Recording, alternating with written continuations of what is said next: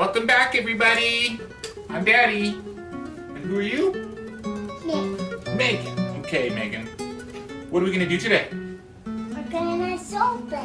We're going to solve this problem, okay? And we're well on our way there. But we made a bit of a mistake there yesterday. What mistake did we make? This mistake. Yeah, we made a bit of a mistake, didn't we? Because that paint turned out to be not so good. It didn't have much conductivity. In fact, none at all. Did you put it away? I did. I threw it in the garbage. I think it went bad because when Daddy tested it, there was no conductivity at all. But when we test this tape, it's all kinds of conductive, right? When I was at school, you still sold. Yeah. So, what have we done? We've put some tape inside of it instead, right? We went ahead and scraped away all the paint. Right? We took all that paint off. Took Daddy a long time, but we took it all out of there, didn't we?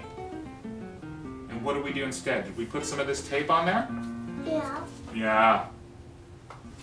Okay.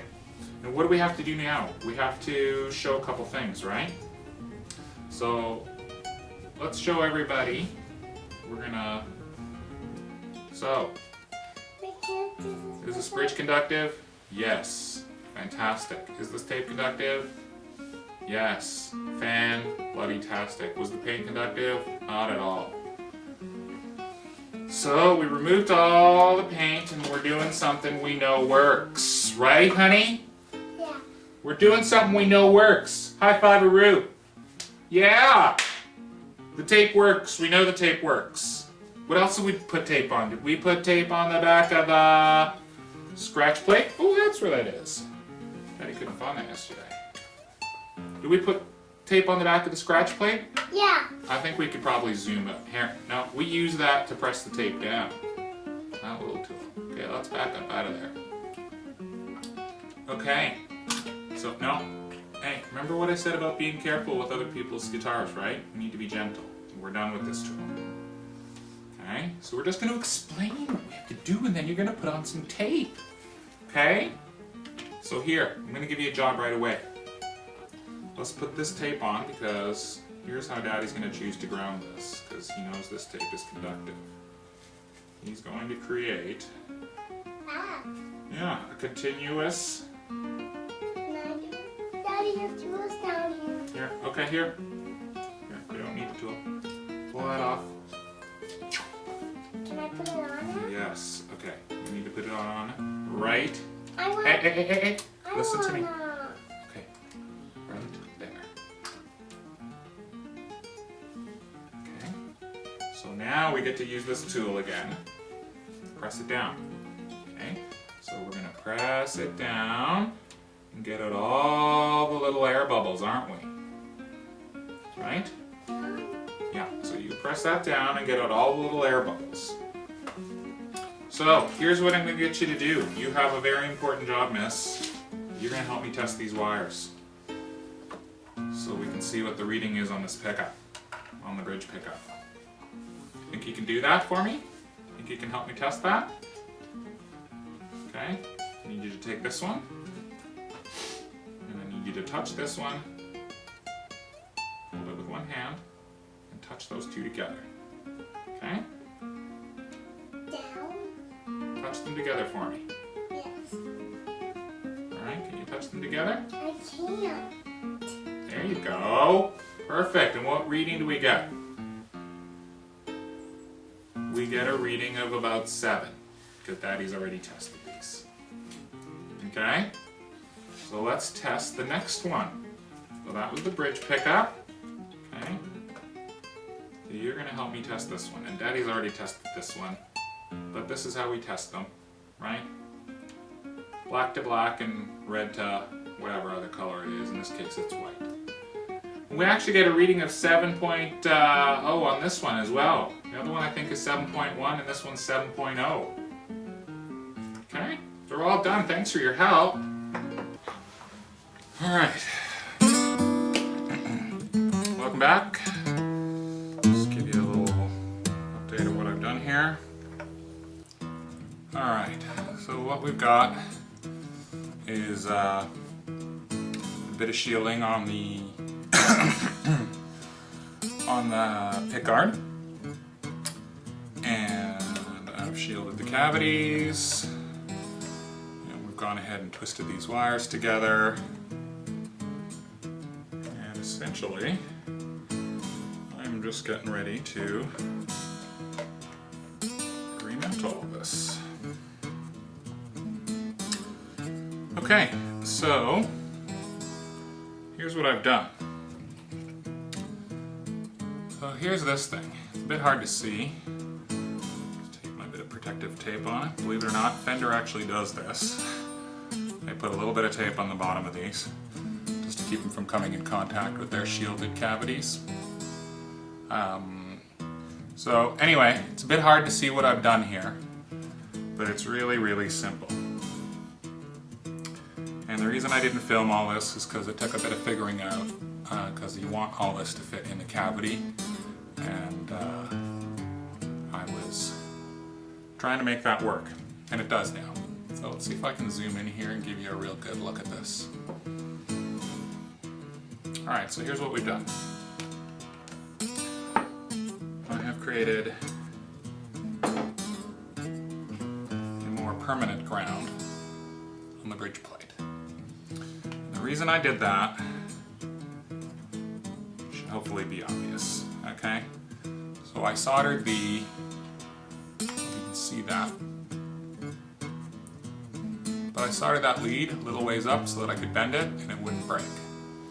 And then what I did was I created a hole here.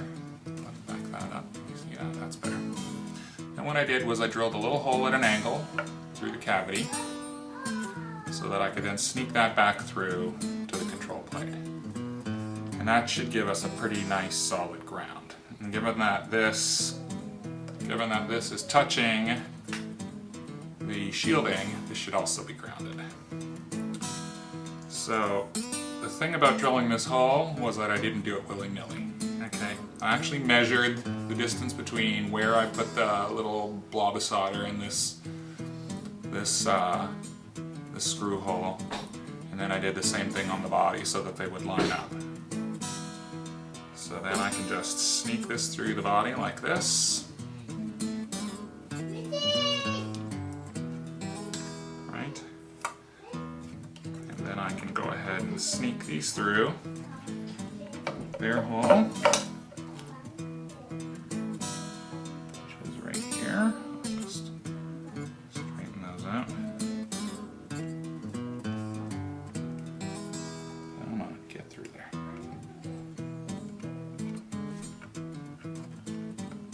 Go ahead and sneak those through, and then I can take my ground wire and I can sneak that one through there too. So I don't really know why Telecasters are wired the way they're wired, because they all have this problem. And when I started thinking about my own Telecasters that make this static noise when you touch the bridge plate or the strings or anything like that, because the strings are touching the bridge, right? And if this stuff is, and I gotta give myself enough lead for this to go into the cavity. There's a bit of a trick to sneak this in here. I'm gonna see right now if it does. And it does, and I don't like that. So what we're gonna do, or sorry, this cavity was drilled a bit too small. Now I did mention early on in that this is a sort of a Franken-Tele, but I'm not real sure of its origins, and to be honest, the owner told me that this was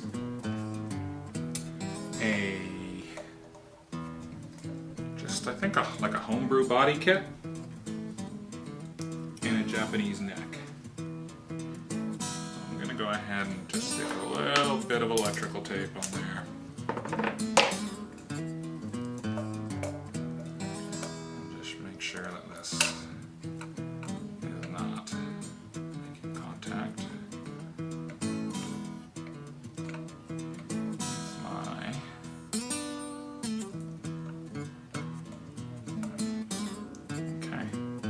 go.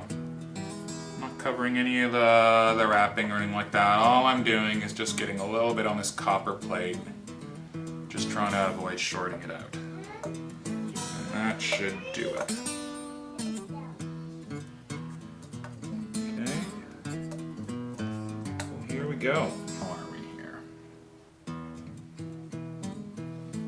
I think we're good. I think we're good.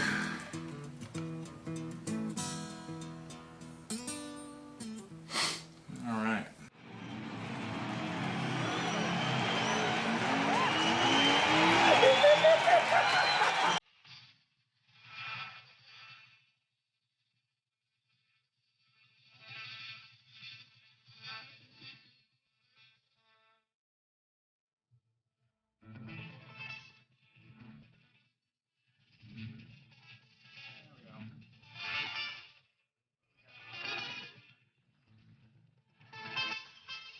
Two? No, probably couldn't.